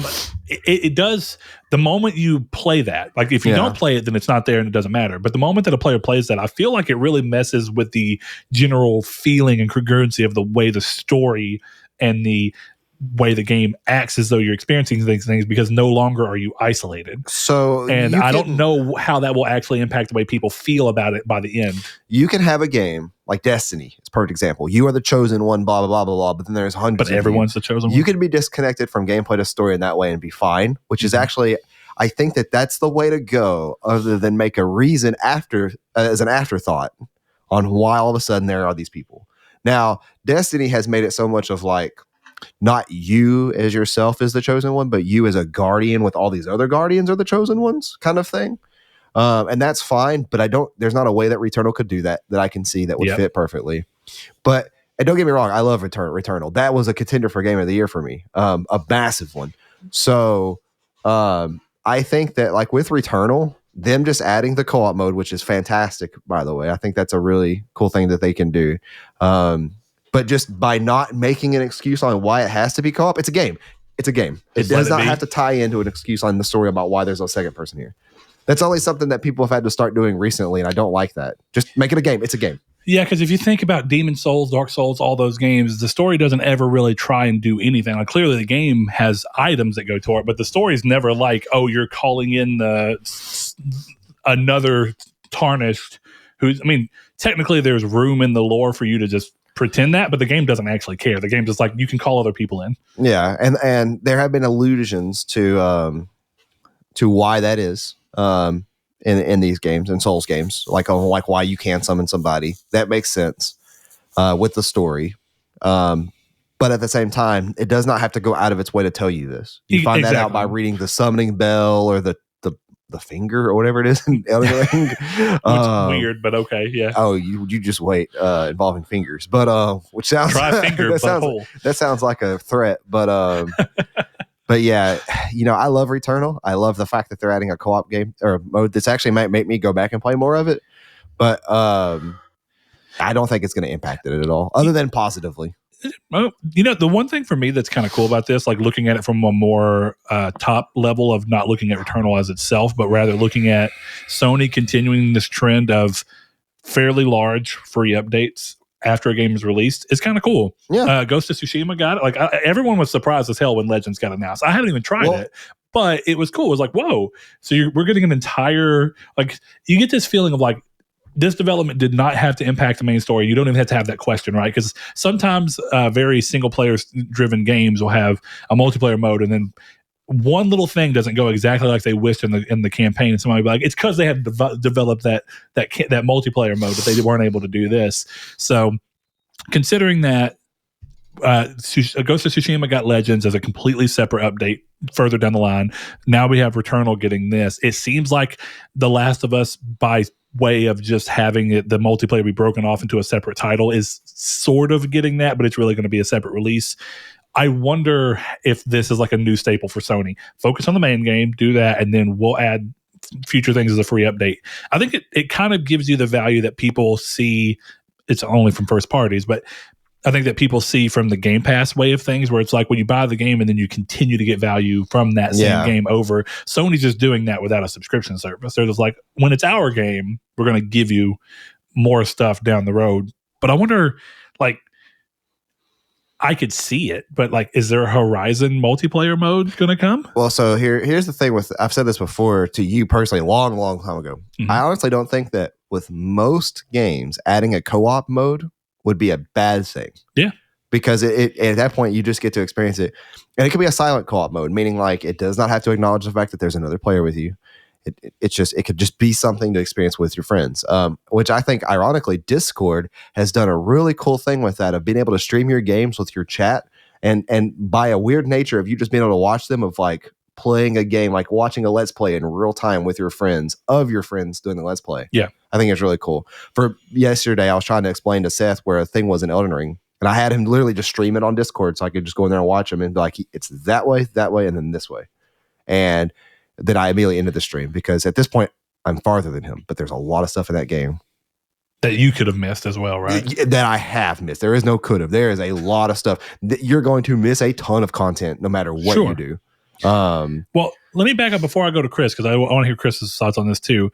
But one thing I think is interesting is that I agree with you that co-op can be really cool and add this thing in. But I think certain games, instead of trying to make it a silent thing and still mess with the story, because to some degree, I still think you can create a disconnect if you're telling me, hey, we're going to make it to where you can play with another person in Ghost of Tsushima. Well, the whole thing is supposed to be Jin's journey. So even the silent person just feels disconnected. What if we solve the issue by creating fun content that's still in this world that is co-op content? Yeah, now, and Resistance 2 did this. I don't mean specifically for the story either. Sure. I just mean that any game can have a co-op and it not take away from it. A co-op element somewhere. Because I think like Resistance 1 and Resistance 3 are both full story co-ops, and both of them do account for it. In the first game, it's Nathan Hale, and then the second game, you're just a soldier that was part of his platoon, which it is weird because the story says that Nathan's the only one that survived, and yet here's this dude. Right. But whatever. The third game has to where the main person plays as Joseph Capelli and the second person plays as the doctor.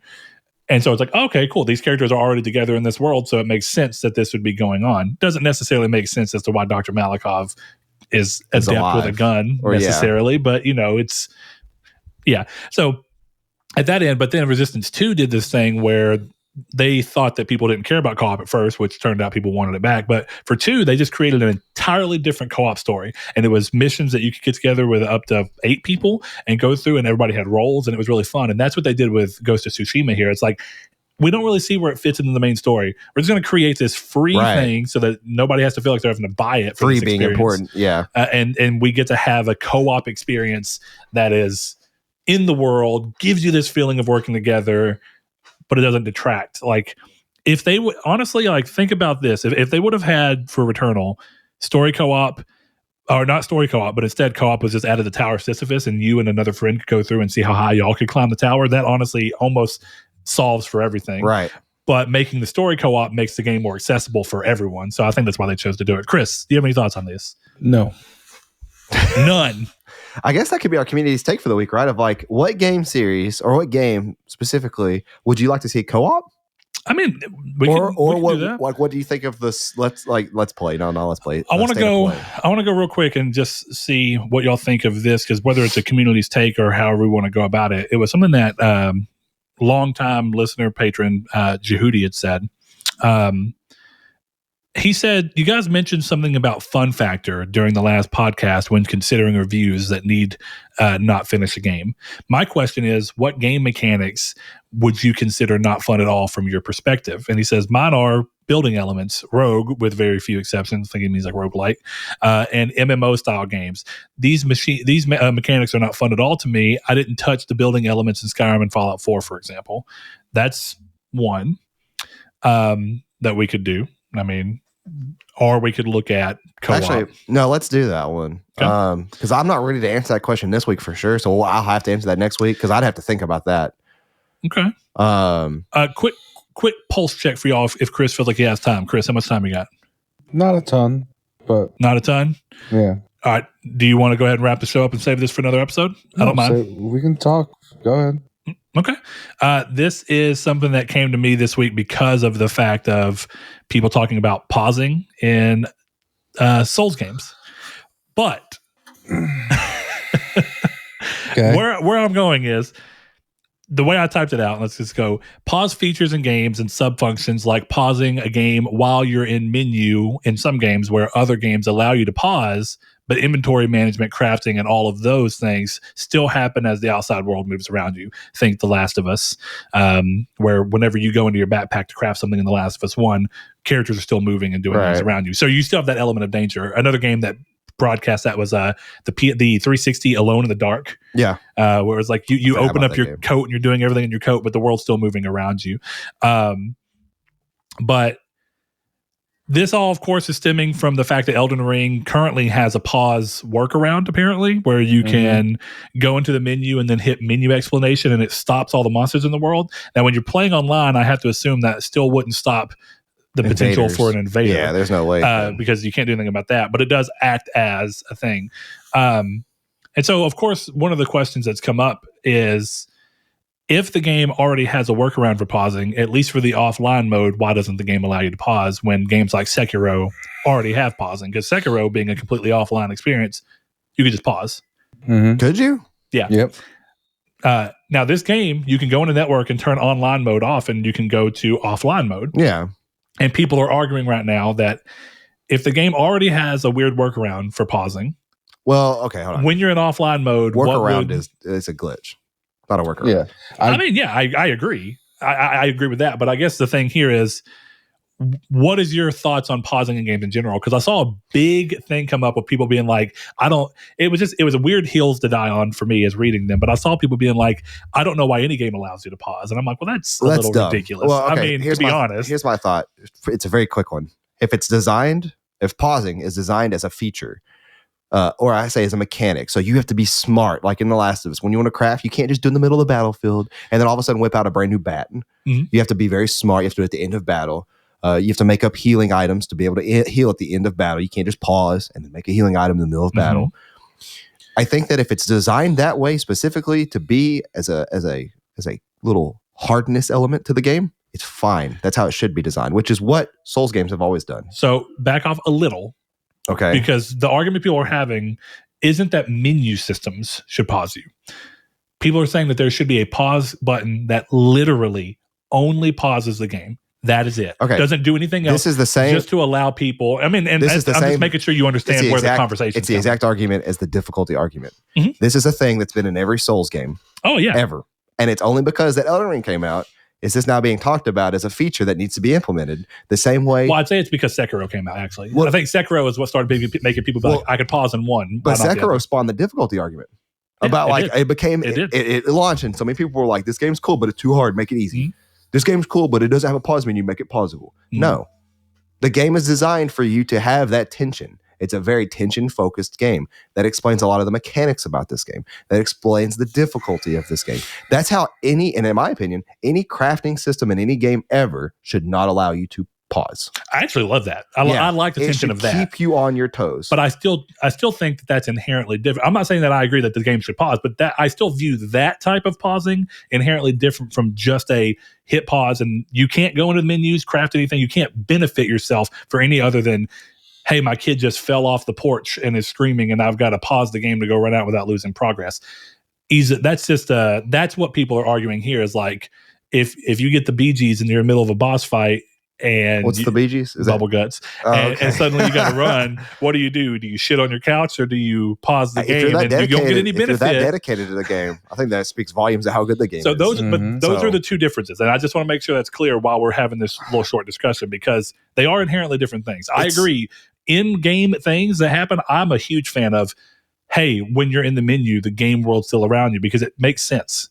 Now, being able to pause the game just so that you can do what you need to do because you're an adult and you live life. This game is unpausable for the same reason Halo Infinite's unpausable in multiplayer. It has a multiplayer aspect of it. But and that's why I'm saying people are talking about offline mode. So when there is no multiplayer, that's such a small percentage of people who are going to change that to offline mode, not to avoid people. And then the same people who have to have a thing and pause it. If you're in offline mode and there's no enemies around you, instead of standing still, you're all paused. There's nothing going on. Now that's not true for online mode because you can get evaded. Sure. But at the same time, I don't understand. I mean, it could work fine. Sure. If you want to have offline mode, make it so that you could pause the game. I don't see what that would negatively impact on the game. Yeah. I mean, but it's such a weird complaint. It's one of those weird complaints that comes out like sometimes when games come out and they have a wider audience than normal. It's because it's an outside suggestion that's like, sure, I guess I get it, but I could tell you from my argument is I don't really care that it's not there. I'm not going to lie and say it wouldn't be nice. Yeah, but I don't care that it's not there.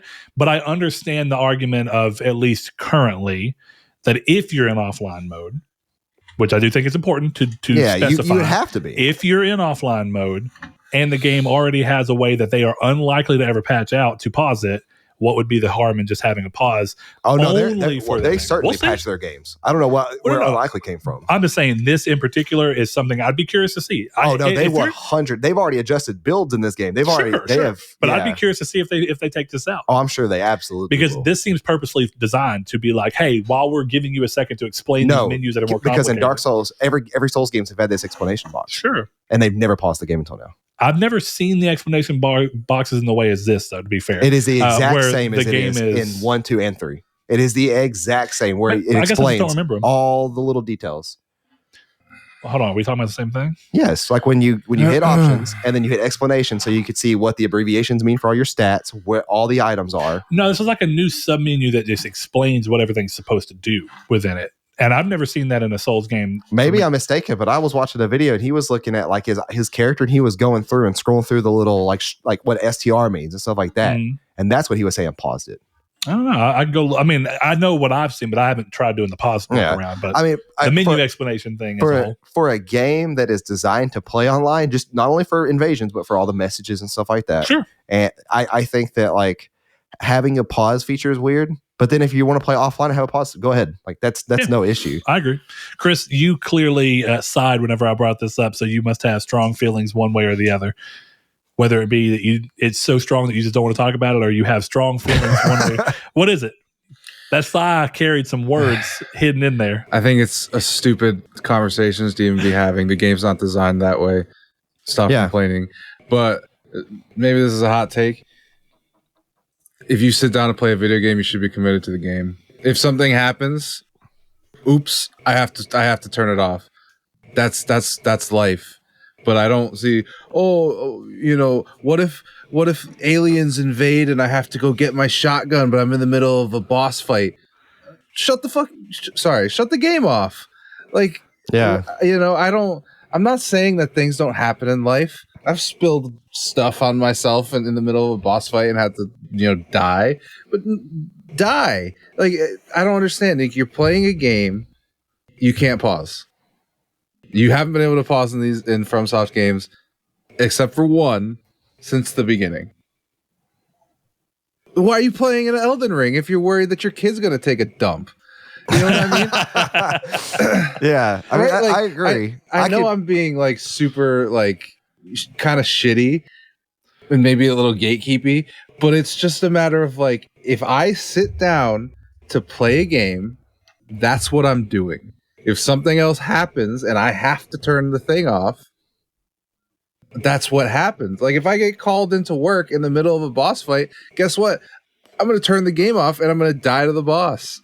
I don't understand why this is you're a better person than me. If I got called into work with the boss fight, I'd be like, hey, you're calling me in. I'm on my time. I'm going to finish this boss fight. Then I'll be in. Well, see, sure. here's I'm the just thing. kind of... But yes, just throwing that out there. Anytime something like this happens, like I'll bring up to finish up, but like anytime something like this happens, and it's because it's made aware that this could be a feature, people are like, that should be a feature. But that's not always the case. Just because something could be doesn't mean it should be. And I think that even if it should be doesn't mean it will be. Either way. Well, yeah. And that's why I think like if you're playing a FromSoft game, you shouldn't be able to hit the menu and hit save like some games do. Oh, well, like you can do a quick save. Constantly? Yeah. Like that's not a thing. I actually love in these games too that like when you want to save, it's like you have to exit the game. It's like saving is you saying I'm quitting this game, and when you come back, if you weren't at a site of grace, you're going to be at a site of grace normally, right? No. I actually haven't thought about that. If you quit a game in the middle of a field, when you come, you'll be right back in the middle of the field. That's good. Actually, for some reason I thought it'd be a site of grace, but I guess it's because I normally get to a site of grace and then save and turn off. Yeah, I mean that's something you could do, but I think it's just. It's weird to interject things that don't belong in series into series. And it's really weird from an outside perspective. Yeah. My main thing here was actually looking and kind of getting a feel. I mean, I knew it was going to end up because it's Elden Ring and that was going to be a thing. My main curiosity, and the whole reason I even brought this in here, was because of people complaining about games that don't allow you to inventory manage or craft or anything like that without pausing the outside world while you're doing so. Play and I was games like, that's better. weird. Don't get me wrong. Do I think literally every game should be that way? Probably not, because certain games just aren't really made for that. Games that are designed to have tension in, like all FromSoft games. Yeah, and like The Last of Us. When they did it in The Last of Us, I was like, this is way better than just being able to stop and do these things. Just learn how to plan better. Yeah, because you're right. If you want tension because there's zombies out in the world and they can literally kill you immediately. Yeah. And Days Gone did the same thing, I think. Like, could you craft in Days Gone? Like just sit there and but pause? I think it was like a lot of them where like you can craft and stuff in your weapon wheel. Kind of like Horizon. If you run out of ammo, still played. But like slow-mo. Yeah. Yeah. So like it was like all weapon wheels. You hit it and the game slows down and it like stuff still moves. It's just it's one of those weird things that when people suggest something that's not typically from a FromSoft game, it's weird to give input on it because it's so unfamiliar to that series because they've actually been one of the most consistent series of all time with how they do things. Mm-hmm. Like a lot of their mechanics are the exact same as it was in the first game as it is in now the sixth game. Demon's Souls, Dark Souls 1, 2, 3, Bloodborne, Elden Ring, Sekiro. Seventh game. Yeah. So I mean Sekiro being the weird one. Yeah, I say Sekiro is actually probably the odd man out there. Yeah. But anyways, so community's take, we'll do Jehudis. You want to read you that real quick? So yeah. What game mechanics would you consider not fun at all from your perspective? So I'm interested in this one. So you can answer that. Gatekeep your hobbies. Remember, you can answer this over on the Twitter at Triangle SQRD. You can find us, find our Discord, which is in the description below. Always link down there. If you join into there, first of all, welcome. We love getting new people in there, and there is a community's take section where you can answer and where we post that in there so they can be more pressing on your mind.